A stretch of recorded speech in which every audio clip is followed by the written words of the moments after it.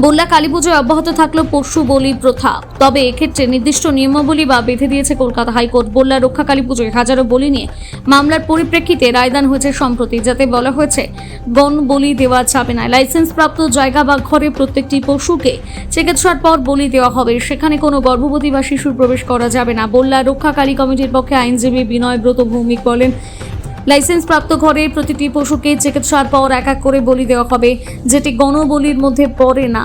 এটি শাস্ত্রের নিষিদ্ধ। এ নিয়ে মহকুমা শাসকের সঙ্গে আলোচনায় নির্দিষ্ট গাইডলাইন নামতে হবে। তবে বল্লার বলি প্রথা অব্যাহত থাকলো।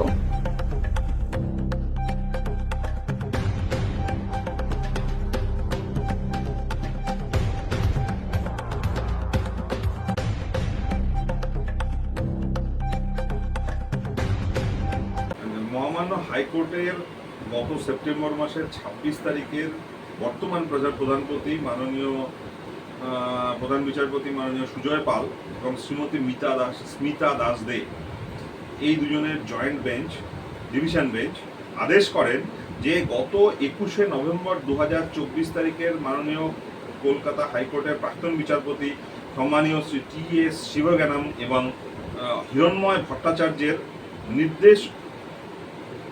নির্দেশের ৯ নম্বর প্যারাগ্রাফ অনুসারে বা ৯ নম্বর অনুচ্ছেদ অনুসারে উপরোক্ত বিষয়ের পরিপ্রেক্ষিতে আমরা পুজো কমিটিকে নির্দেশ দিচ্ছি যে তারা যেন ৬/১১/২০২৪ বালুরঘাট সদর সাব ডিভিশনাল অফিসারের সভাপতিত্বে অনুষ্ঠিত গৃহীত সিদ্ধান্তগুলো কঠোরভাবে মেনে চলে এবং নিশ্চিত করে যে কোনো গণবলি যেন অনুষ্ঠিত না হয়।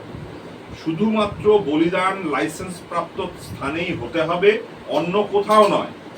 অনুচ্ছেদ ৯-এর বিধানসমূহ প্রয়োজনীয় পরিবর্তন সহ মানে মুটাটিস মুটান্ডিস এবারেও পুজোর ক্ষেত্রে প্রযোজ্য হবে।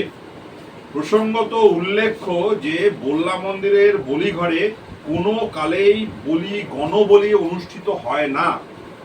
প্রতিটা পশু এক এক করে সরকারি পশু চিকিৎসক দ্বারা পরীক্ষিত হওয়ার পর অনুমোদিত লাইসেন্সপ্রাপ্ত বলির স্থানে শুধুমাত্র মানব জাতিকে আহার পরিবেশন করার জন্যই বলি হয়।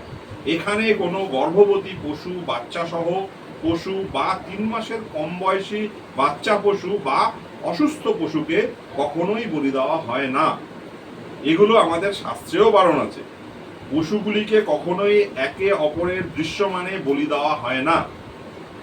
এই প্রসঙ্গে মাননীয় সুপ্রিম কোর্টের লক্ষ্মীনারায়ণ বনাম union of India and others এই মামলাটি ২০২৩ সালে হয়। এর মধ্যে সুনির্দিষ্ট নিয়মাবলী গাইডলাইন্স দেয়াই আছে, সেই গাইডলাইন্স মেনেই এখানে বলি হয়। মা বল্লাকালীর মাতার কৃপায় মাননীয় হাইকোর্টের আদেশ অনুসারে অনুমোদিত লাইসেন্সপ্রাপ্ত বলি ঘরেই এবারের বল্লাকালী মাতার মন্দিরের বলি সুসম্পন্ন হবে। প্রত্যেক বছর যেটা দেখা যায় যে বলি নিয়ে একটা সমস্যা, সেই সমস্যা এবার থাকছে না, আইনগতভাবে নেই, যদি না প্রশাসন অতি সক্রিয় হয়ে ওঠে।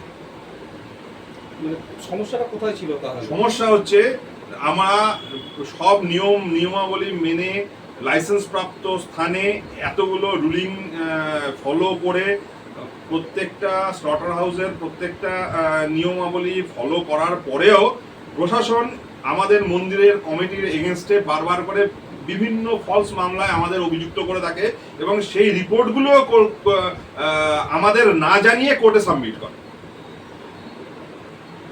এটা কোথায় রায় দিয়েছে? এটা আমি বলছি, আমি রায়ের কপিগুলো দিয়ে দেবো। কবে রায়টা দিয়েছি? হ্যাঁ আমি বলছি, লাস্ট অর্ডার, সবশেষ যে অর্ডারটা সেটা হচ্ছে 26/9/2026 2025 26/9/2025 লাস্ট মাননীয় এখনকার উনি হচ্ছেন প্রধান বিচারপতি মাননীয় সুজয় পাল এবং স্মিতা দাস দে, এদের ডিভিশন বেঞ্চ, সুপ্রিম কোর্টের না হাইকোর্ট।